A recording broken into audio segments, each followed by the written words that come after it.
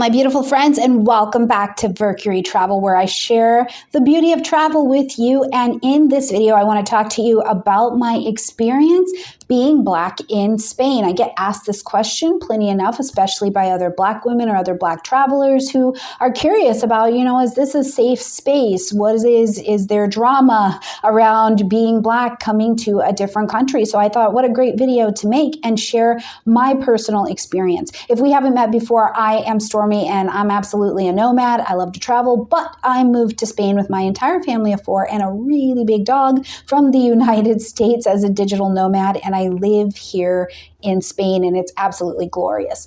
So let's just jump right into this. So first of all, I do want to say, as an American who's, Black in America, there's a very different experience outside of the United States in general, is my experience as a traveler. It's very different outside of the United States in general. Okay. My experience here in Spain is that the Black experience is, what is that? What is that? It is the human experience that I have been offered here in Spain. And it's an absolutely brilliant thing. My bigger thing, instead of people being like, oh, she's Black or, whatever, that's just not where they're starting. More than anything, someone would start with, she's American. This is a bit more problematic than being Black in general. And I have something to share with you in just a minute about being Black and American. So I'll be back to that in just a second. The other really big thing that comes up here is, do you speak the language or you don't? You speak Spanish or you don't speak Spanish? Now, it's interesting, enough that I think that some of my experience as a Black American living in Spain is that, one, I'm not always easily identifiable in terms of exactly what I am, especially in the global stage. They're like, well, wait a minute, are you Cuban? I get a lot of different things. And more than that, people don't ask about my color. They ask about my nationality, and they ask, do I speak the language, right? Or they'll wait to see if I speak the language to them. They just want to know, can we communicate? Can you buy your bread? Can you help at the church? You know what I mean? Like, this is what they want to know. So this experience of having to go out into this community and out into the world here and lead with the color of my skin, it has not been a thing. It has not been a thing at all. It is regularly not a thing when I am traveling. Now, one comment that did get made, it wasn't a comment, I shouldn't say, that was a conversation, and I thought this was really fascinating, and I wanted to bring it on up, is I was talking with a neighbor of mine who's just a little bit older than me. I'm 42 years old, so, she's just a little bit older than I am, and we were talking about the experience of living with different nationalities, people of different nationalities, and I thought this was really surprising. She said, we can tell the Americans because they are a little bit louder, and we are. I just noticed that I'm louder and I'm faster naturally. Now I've slowed down just a little bit. But she said the people that she has had the most problematic interactions with have been Black American women. And I was curious as to why. What was that? What was your experience with that, right? Is it because they were Black? And she explained to me that because of the experience or the mindset that comes from the United States with the race issues, what she has experienced more than a handful of times, especially with tourists, is that the Black American women come and are acting more entitled. And I thought that that was a fascinating assessment.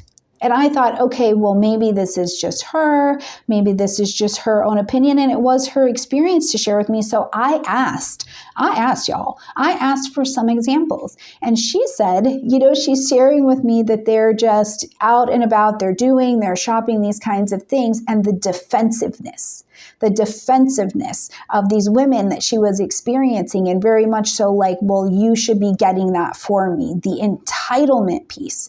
And as I have stayed here, this is something that I have been able to see and spot, especially when Black American female travelers are coming, and they're just being tourists. This defensiveness that is there, that of course, depending on what your experience has been, is this something that you're bringing forward?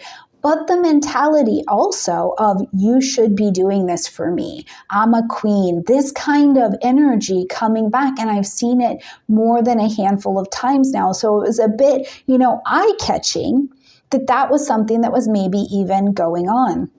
So, but I was grateful. I feel like it took a bit of courage for her to share that. You know what I mean? I say that as an American because we don't always just share exactly what we're thinking. But here they just tell you the truth. They're like, yeah, no, this person's paying their bills. This person's not paying that bill. That person has good character. That person does. I really actually like that they kind of take all of that out of the middle and they just say what the heck that they're thinking.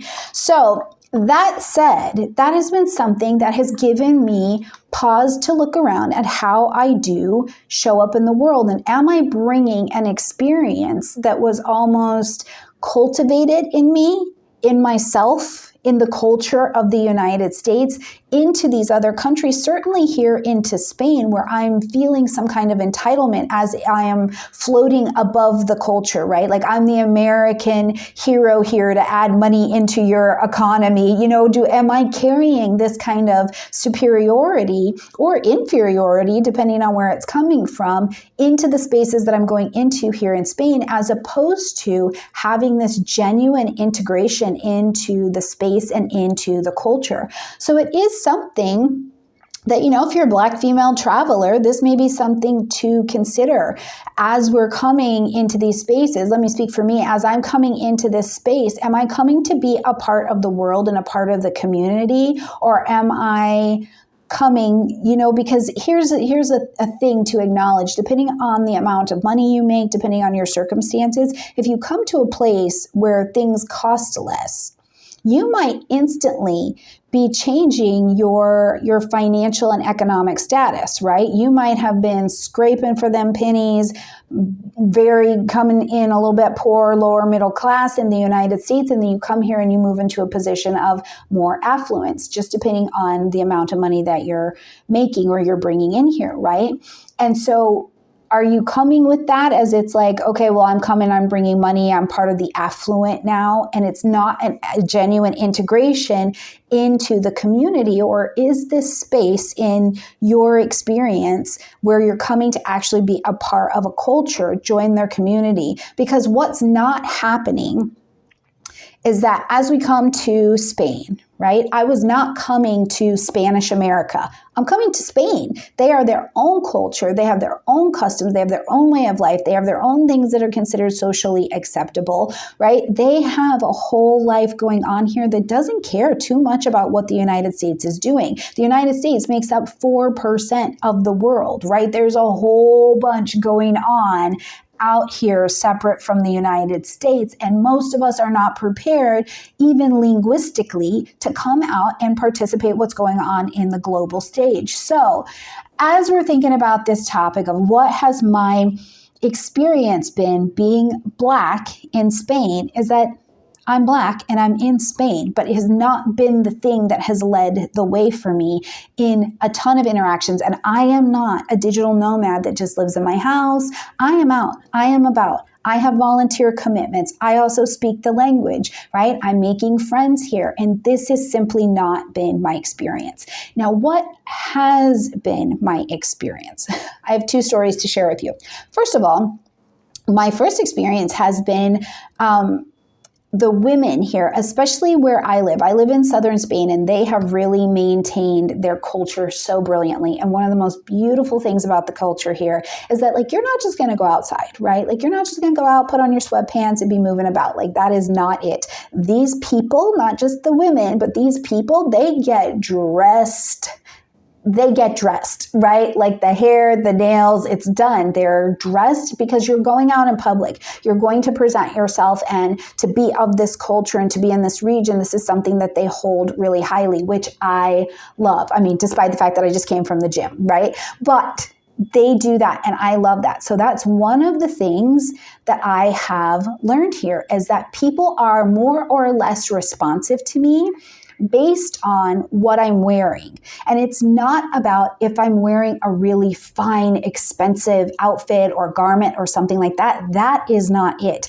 It is, did I take the time to prepare myself? Am I living in a way that is not in such panic and disorder and irresponsibility that I had a chance to get up and ready myself to go out in the world? And I remember this line from, I think it was called Blast from the Past with Brendan Fraser and Alicia Silverstone, right? Anyways, I won't get into the whole movie, but he uses this line. She's like, I don't understand why you have all these manners. And he said, manners show others that we have respect for ourselves and them. And that's the energy down here, right? So the fact that I'm Black, nothing. But I tell you what, my little neighbors, especially, I'm in with the older Spanish ladies, because if you want to get into a community, you get in with the homeless people and you get in with the older women because they know what's up, right?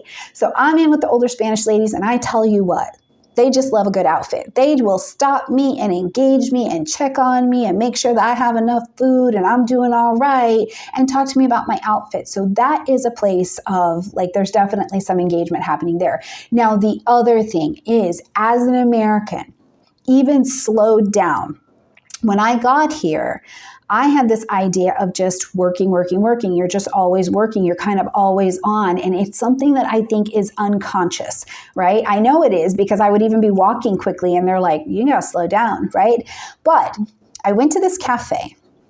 And especially where I live in southern Spain, I went to this cafe and I sat down and I pulled out my laptop. However, it was on a Sunday, okay? And I hadn't thought about it. I didn't understand what the problem was, but the lady, the owner of the cafe, came to me and she said, no, absolutely not. You cannot be working in here. You cannot have this table, right? Now, in the United States, unfortunately, I would have to consider in some way, or someone would consider the topic of, is this a race-based situation, which I hate.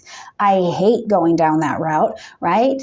And what she explained to me is, she's like, no, Friday, Saturday, and Sunday are not working days. We do not, that's not it. We're not working. You're not bringing your laptop into this cafe anyways and working. And I looked around in the cafe and no one had a laptop out. People didn't have their phones out. They were there with each other. So I was almost kicked out of the cafe. I mean, I ordered something and stayed to get some food and to look around at what my experience was, but I was almost kicked out of a cafe, not because I was Black, but because I didn't understand the culture and how it was going to be engaged in that. We're not pulling out these laptops. Now, the students have separate sections kind of in the city and this little nook places where you can go and study and all of this. But in general, if you're pulling out a laptop or you're pulling out something to be working on, especially a device, towards Friday, Saturday, Sunday, it is awkward. You feel awkward here. I do know that this is not the same experience that I have had up in Madrid. Madrid and Barcelona, they're very much more metropolitan, so you can kind of live your best life. You can be working anytime you want to up there. But down where I'm at, there is this space of, we are with people, we get dressed, we put ourselves together, and we are with each other, and there is time for not working, and they take that pretty seriously. So I almost got kicked out of the cafe, not because I'm Black, but because I didn't know the rules of engagement. So a little bit of a lesson learned. But if you're thinking about coming to Spain, you're thinking about living abroad, you want to know what the experience is. Is this safe? I walk around all times of the day and the night by myself, perfectly safe, not once felt like I was in danger. And that's as a woman and as a Black woman, right? I engage with this community. And if this is something that you want, if you want that level of freedom, if you would like to start experiencing the world outside of the United States where you do not have to be attached, or you're even granted the grace of permission to put the race-based story down and let that start to detox out of your pores and out of your soul, and let you figure out who you are as a person outside of just having to be a Black person, right? I've got some experience that I can share with you, and I'm happy to answer any questions for you about moving to Spain in general. That's what we're doing in this particular series, is helping you move to Spain. So if you like this video, please click the like button. Definitely subscribe to the channel. Watch my next video here, which tells you about why I moved to Spain in general. And I've got another video here that'll help you make your move and your transition a little bit easier. All right, beautiful friends, I'll see you next time. Bye.